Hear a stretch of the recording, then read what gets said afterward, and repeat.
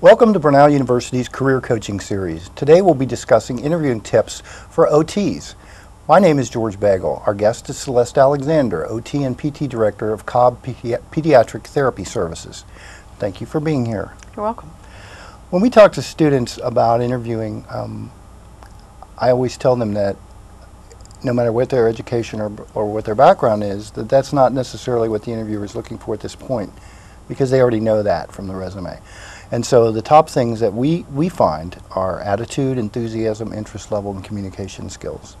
And I just wondered if you could talk about what your experience has been regarding those things. Sure.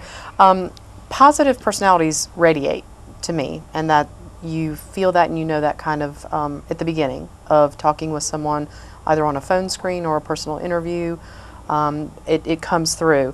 Positive personalities are also contagious, I think, and you see it in a workforce as the therapist that I work with, and as a group, different groups, you see positive energy radiating, and other people joining in when they feel that positive energy.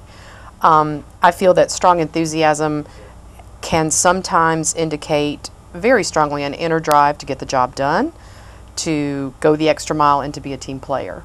So I think it's vital.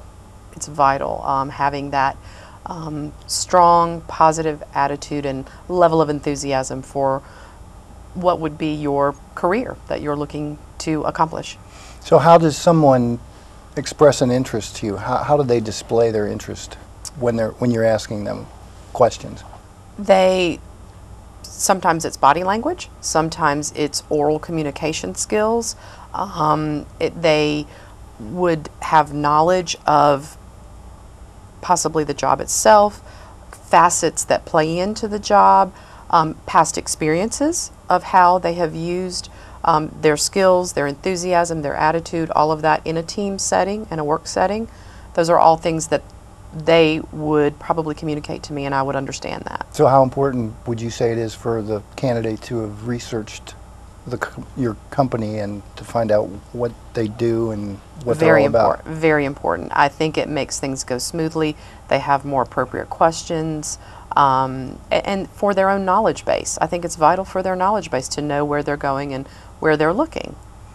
I know one of the other things we talk to them about attitude, enthusiasm, interest level, and that sort of thing. And then on the other end of the spectrum, at the end of the interview, we say it's very important for you at the end of the interview to tell the interviewer that you are interested in the position, because they are not automatically going to assume that. So you need to take the effort to be able to say to them, you know, thank you, Ms. Alexander, I just want you to know I'm very excited about this opportunity. Where do we go from here? Do you feel that could make or break an interview? Most definitely, yes. Showing that initiative, letting the person that you're interviewing with, the interviewer, know that you are definitely interested. Anything else that you can follow up on. I usually say to my potential employees or potential candidates too, here's our next step, here's where we go, this is what I would need from you, here's my responsibility, and we usually have that open communication. But yes, I actually have had experience where one candidate, we had a luncheon interview, and she was very closed, and I could get a feel that that she wasn't very interested, and I had presented her with a folder. She'd left the folder on the table when we left, and I never heard from her again. So I would definitely encourage, if you have a strong interest in the position, that you follow up either with an email, a phone call, a written note, whatever is easy, whatever is comfortable for you in terms of follow-up. Now, if you're not interested, then I think it's also professional and appropriate to send an email or make a phone call and say, thank you so much for your time. I don't believe I'm not interested at this time. Don't waste anybody's time. Exactly, Okay. exactly. So I think that is the professional way to handle that if you're not interested versus just a non-response. Makes sense. Based on your years of experience in recruiting, what would you say are the top skill sets that you look for in an OT recruit? Okay. In an OT recruit, obviously, first of all, I look at clinical skills too. Knowledge of pediatric development, strong clinical judgment, the language that we use, examples of being able to use specific occupational and physical therapy assessments, knowledge of that.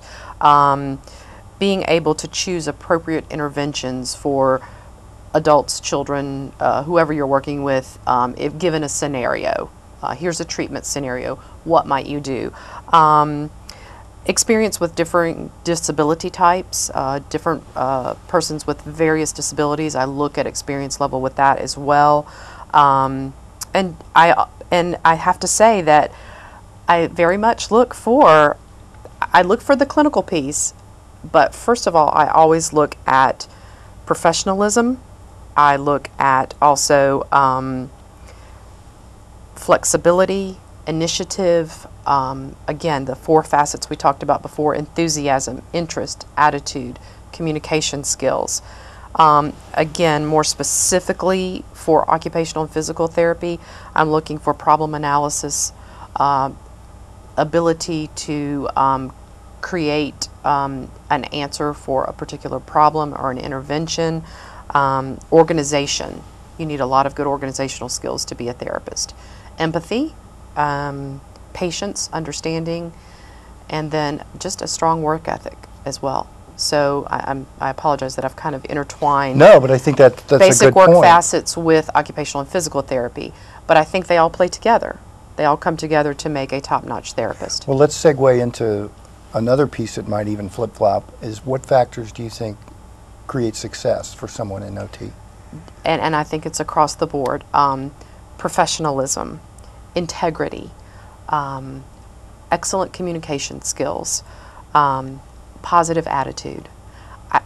You might say, well, don't they need to know how to treat a stroke victim, or don't they need to know how to work with a child in a school setting? Yes, they do.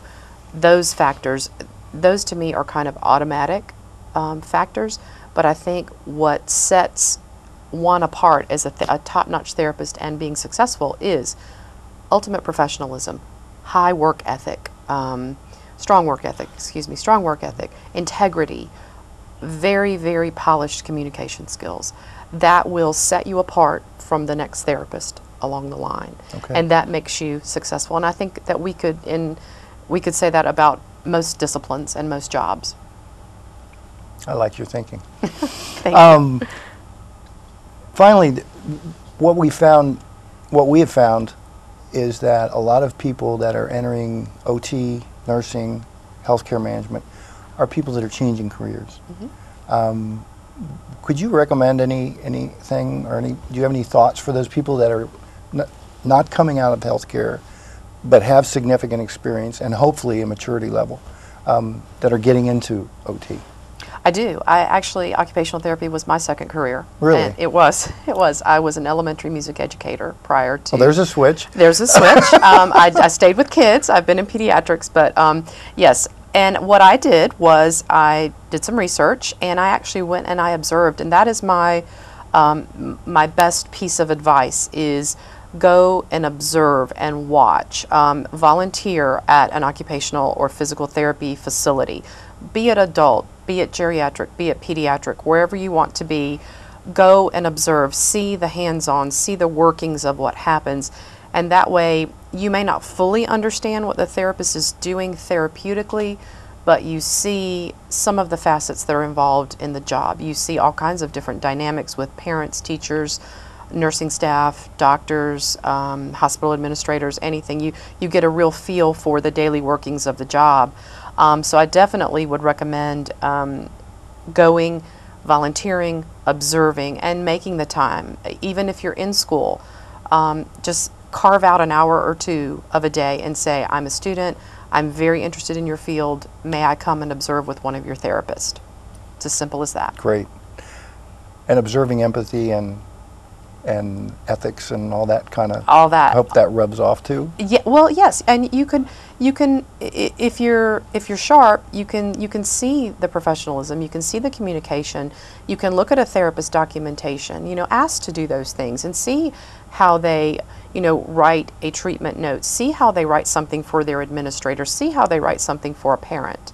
Whatever the venue of care might be, all of that is important, and you'll see all of the facets of the job. Excellent. Well, finally, I think I said finally before, but I'll say finally again. Finally, would you have anything that you can think of to recommend to somebody who's just graduating? with their degree in OT and they're out there looking for a job? Yes. Explore all opportunities. If you don't pigeonhole yourself into thinking, oh, I just want to do outpatient clinic, or I just want to do school-based therapy, or I just want to do home-based therapy. Interview everywhere. Interviewing is great experience. You learn lots of things. You learn about different facets of the job. I take so much of my past experience and bring it into what I do today. So I think that having an open door, looking, watching, be observant, interview lots of places, talk to different people, even though in the back of your mind you might think, okay, I really want to be a great hospital OT. Right. That's fine, but I say try it all. Goes back to flexibility, right? Flexibility, yes, it does. Creativity, flexibility, problem solving, you figure lots of things out in that process. And I think it helps you grow and be a stronger therapist in the end. Yeah, makes sense. Well, thank you so much for You're coming. welcome. Thank you for having me. You're welcome.